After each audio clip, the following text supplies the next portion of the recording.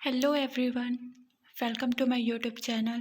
तो आज हम बात करने जा रहे हैं फूड वेब टॉपिक पर कि ये होता क्या है, इसके टाइप्स क्या होते हैं आदि।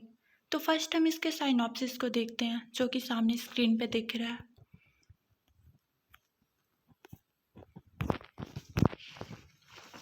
नेक्स्ट हम बात करते हैं इसके इंट्रोडक्शन की कि फूड वेब आखिर है क्या। तो फूड वेब एक कम्युनिटी फूड रिलेशन को बताता है, या इसे हम कह सकते हैं कि ओवरलैपिंग फूड, या इसे हम ओवरलैपिंग फूड चेन भी कह सकते हैं। फूड चेन में होता क्या है? फूड चेन में फूड और एनर्जी के ट्रांसफ़र को दिखाता है कि कैसे एक स्पीसीज दूसरे स्पीसीज को खाता है और उसमें एनर्जी ट्रांसफ़र होते हैं। बट जो फूड वेब होता है उसमें ये नहीं होता। फूड वेब में क्या होता है, वह दिखाता है कि इकोसिस्टम में कैसे जो बहुत से फूड चेन है वो आपस में कनेक्टेड है। फूड वेब यह भी रिप्रेजेंट करता है कि अधिकांश जीव एक से अधिक जीवों का उपभोग करते हैं, मतलब कि उसे खाते हैं। तो नेक्स्ट हम बात करते हैं इसके डेफिनेशन की। तो फर्स्ट डेफिनेशन हम देखेंगे, अ food web is the natural interaction of food chain. मतलब कि जब बहुत सारी फूड चेन नेचुरली इंटरेक्ट करती हैं तो उसे फूड वेब कहते हैं। सेकंड, अगर हम सेकंड डेफिनेशन की बात करते हैं तो अ food web is a diagram that show the feeding relationship and the transfer of energy between organism in a ecosystem. मतलब कि फूड वेब एक डायग्राम है जो इकोसिस्टम में जितने ऑर्गेनिज्म हैं उनके बीच के food relation and energy transfer को बताता है। नेक्स्ट हम बात करते हैं, मतलब इसके एग्जांपल देखते हैं फूड वेब के। अब इस डायग्राम में आप देख सकते हैं, यह डायग्राम एक फूड वेब का है। इस फूड वेब में 4 फूड चेन हैं और 4 फूड चेन ही प्रीडेटरी फूड चेन हैं। अगर हम बात करते हैं इसके फर्स्ट फूड चेन की, तो फर्स्ट फूड चेन में कैरोट्स है। कैरेट्स को रैबिट्स खा रहा है, रैबिट्स को फॉक्स खा रहा है। नेक्स्ट हम बात करते हैं सेकंड फूड चेन की। तो सेकंड फूड चेन में क्या हो रहा है, ये ग्रासेस हैं। ग्रासेस को भी कौन खा रहा है, रैबिट खा रहा है, और रैबिट को फॉक्स खा रहा है। नेक्स्ट हम बात करते हैं थर्ड फूड चेन की। थर्ड फूड चेन में ग्रैंस है, ग्रैंस को माइक खा रहा है तथा जो माइक है उसको ऑवेल्स खा रहा है। नेक्स्ट हम बात करते हैं फोर्थ फूड चेन की। फोर्थ फूड चेन में क्या हो रहा है, जो ग्रास है, ग्रास को ग्रास ऑफर खा रहा है तथा ग्रास ऑफर को ऑल्स या फिर बर्ड्स खा सकता है। लेकिन यहाँ पे बर्ड्स, ग्रास ऑफर को जो बर्ड्स खा रहे हैं उसको शो ऑफ या फिर मेंशन नहीं किया गया, उससे आप समझ सकते हैं। तो हम अब ये देखेंगे कि चारों फूड चेन आपस में इंटरकनेक्ट कैसे हैं। तो हम देखते हैं कि अगर रैबिट्स के पास कैरोट्स नहीं होंगे तो क्या वह सर्वाइव नहीं करेगा? ज़रूर करेगा, क्योंकि रैबिट्स के पास और भी ऑप्शन है।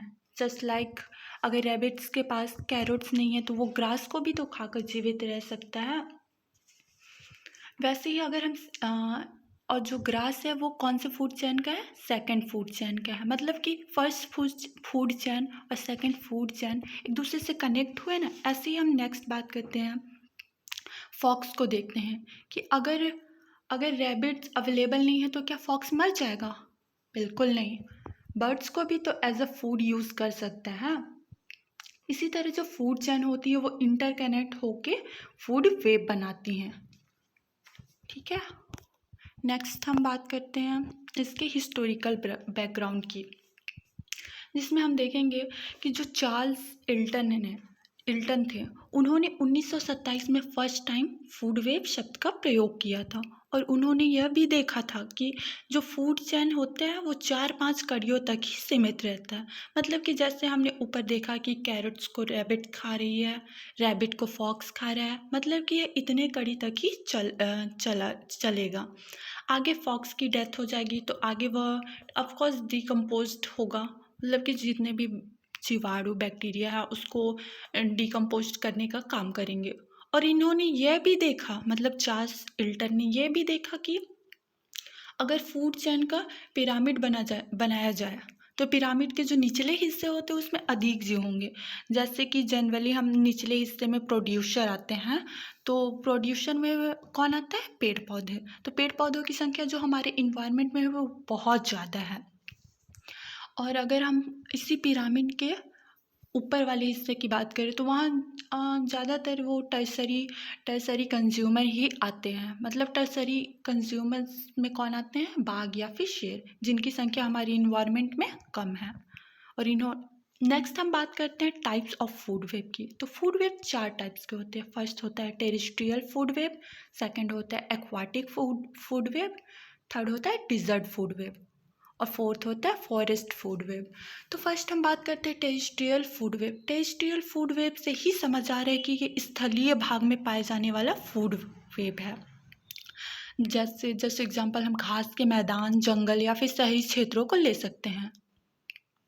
इसको मैं ग्रास लैंड के माध्यम से समझाना चाहूँगी।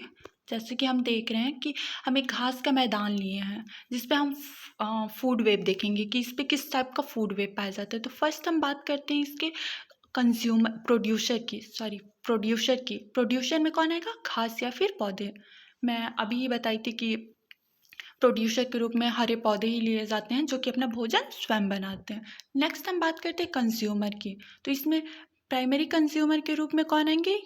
फर्स्ट गजल आ सकते हैं, काले हिरण आ सकते हैं या फिर चिंकारा आ सकते हैं। नेक्स्ट हम बात करते हैं सेकेंडरी कंज्यूमर की। सेकेंडरी कंज्यूमर में कौन आएंगे?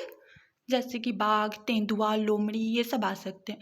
लास्ट हम बात करते हैं टर्सरी कंज्यूमर्स की। टर्सरी कंज्यूमर में कौन आएंगे? बाघ या फिर शेर। नेक्स्ट हम बात करते हैं डीकम्पोजर्स की। मतलब कि जो उत्पादक होते हैं उनको कंज्यूम करने का काम कौन करता है? फर्स्ट प्राइमरी कंज्यूमर करता है और प्राइमरी कंज्यूमर को कंज्यूम करने का काम सेकेंडरी कंज्यूमर करता है और सेकेंडरी कंज्यूमर को कंज्यूम करने का कार्य टर्सरी कंज्यूमर करता है। और जो टर्सरी कंज्यूमर्स होता है उसकी अगर नेचुरली डेथ या फिर कुछ कैसे भी डेथ हो जाए तो उसे डीकम्पोज करने के कार्य ये कीटाणु, फंगी या फिर और जो बैक्टीरिया या फिर सूक्ष्म जीव जो होते हैं वो करते हैं। नेक्स्ट हम बात करते हैं एक्वाटिक फूड वेब की। एक्वाटिक फूड वेब क्या होता है? एक्वाटिक फूड वेब का मतलब यही होता है कि जो जल में पाया जाता है। जैसे हम कह सकते हैं महासागरों में, झीलों में, नदियों में, तालाब में, इन सब में जो फूड वेब पाया जाता है वो क्या होता है? Aquatic food web. Aquatic food web में जनरली जो प्रोड्यूसर होती है, प्रोड्यूसर के रूप में क्या पाए जाते हैं? जैसे काई को ले सकते हैं, फाइकोप्लैंक्टन या फिर जो जलीय पौधे हों उन्हें लिया जाता है। और अगर हम कंज्यूमर की बात करें तो वो छोटी मछलियाँ हो सकती है, मेंढक हो सकते हैं। और अगर हम क्या बोलते हैं टर्सरी या फिर सेकेंडरी कंज्यूमर्स की बात करें तो बड़ी मछलियाँ ये सब आ सकती हैं। नेक्स्ट हम बात करते हैं desert food web. Desert food web का मतलब होता है जो कि रेगिस्तान में पाया जाता है जो फूड वेब। ये फूड वेब बहुत ही सिंपल होता है क्योंकि रेगिस्तान में ज़्यादा जीव जंतु ऐसे जनरली पाए नहीं जाते हैं। वहाँ पौधे के रूप में कैक्टस टाइप के पौधे पाए जाते हैं। तो नेक्स्ट हम बात करते हैं फॉरेस्ट फूड वेब की। फॉरेस्ट फूड वेब क्या होता है? जो कि वन खाद्य जाल होते हैं या फिर हम बोल सकते हैं जंगल में पाए जाने वाले जो फूड वेब होते हैं उसे ही फॉरेस्ट फूड वेब कहा जाता है। फॉरेस्ट फूड वेब में हम देखेंगे कि उत्पादक के रूप में पेड़, झाड़ियाँ और पौधे पाए जाते हैं जिनको कंज्यूम करने का कार्य प्राइमरी कंज्यूमर जैसे कि चूहे, गिलहरी और खरगोश करते हैं। और चूहे, गिलहरी और खरगोश जो होते हैं उनको कंज्यूम करने का कार्य कौन करता है? सेकेंडरी कंज्यूमर जैसे कि लोमड़ी और बाघ। सेकेंडरी कंज्यूमर की डेथ हो जाती है तो उनको डिकम्पोज करने का कार्य कौन करता है? मशरूम, कीड़े या फिर बहुत से सूक्ष्म जीव जो होते हैं वो। नेक्स्ट हम बात करते हैं इफेक्ट ऑफ फूड वेब। मतलब कि ये फूड वेब कैसे इफेक्ट करता है इन्वायरमेंट को या फिर हम जीवों को। हम बात कर लें कि फूड वेब गतिशील और आपस में जुड़े होते हैं। मतलब कि ये फूड वेब जो होता है वो गतिशील होता है और वो इन्वायरमेंट से कनेक्ट होता है।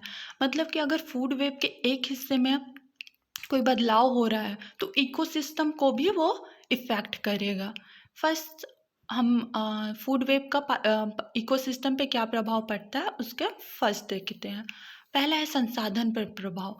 मतलब कि अगर फूड वेब फूड वेब में कोई बदलाव हो रहा है तो वो हमारे संसाधन पर भी प्रभाव डालता है। जस्ट एग्जांपल हम देखते हैं खाद्य जाल उन संसाधनों को प्रभावित कर सकते हैं जिन पर हम निर्भर होते हैं जैसे कि समुद्री भोजन, पशुधन या उपज। वे उन जंगलों को भी प्रभावित कर सकते हैं जो लकड़ी प्रदान करते हैं और घरों की सुरक्षा करते हैं। सेकंड हम बात करते हैं जलवायु परिवर्तन पर प्रभाव। खाद्य जाल कार्बन चक्रण और भंडारण को प्रभावित करते हैं जो जलवायु परिवर्तन को प्रभावित कर सकता है। नेक्स्ट हम बात करते हैं पारिस्थितिक तंत्र के कार्यों को प्रभावित करना। जो फूड वेब होता है वो हमारे इकोसिस्टम को भी प्रभावित करता है। नेक्स्ट हम बात करते हैं सिग्निफिकेंस ऑफ फूड वेब। जो फूड चेन होता है ये महत्वपूर्ण है क्योंकि ये पूरे इकोसिस्टम में मौजूद जो भी जटिल संबंधों को उजागर करता है। मतलब कि बहुत से फूड चेन मिलकर एक दूसरे के बीच के रिलेशन को बताते हैं। जो फूड चेन है वो दिखाती है कि एक जीव दूसरे जीव पर कैसे डिपेंडेंट है, जैसे कि उसको फूड के रूप में ग्रहण करने के लिए डिपेंडेंट क्यों ना हो, यही है। तो फर्स्ट हम देखते हैं कि इसका सिग्निफिकेंस क्या है। पर्यावरण का संतुलन खाद्य श्रृंखला द्वारा होता है। मतलब कि जो फूड चेन होता है वो इन्वायरमेंट को बैलेंस बनाए रखने का भी कार्य करती है। और जो फूड वेब से पता चलता है कि पौधे इसका आधार है। मतलब कि फूड वेब में या फिर फूड चेन में हम देखते हैं कि जो प्रोड्यूसर होता है वो जनरली प्लांट्स ही होते हैं। थर्ड है ऊर्जा और पोषक तत्वों के प्रभाव को खाद्य जाल द्वारा समझाया जा गया है। मतलब कि जो ऊर्जा मतलब ऊर्जा जो दिया जाता है, मतलब जैसे कि हम एक फूड को कोई जब एक स्पीसीज को जब दूसरा स्पीसीज खाता है तो उसमें ऊर्जा प्रवाह होते जाता है, वही बताया गया है। फोर्थ हम बात करते हैं जीवों का पोषण स्तर खाद्य श्रृंखला द्वारा निर्धारित होता है। लास्ट हम बात देखते हैं इसके कंक्लूजन की, जो कि स्क्रीन पर दिखाया गया, और लास्ट है इसका रेफरेंस। तो thank you guys for watching my video.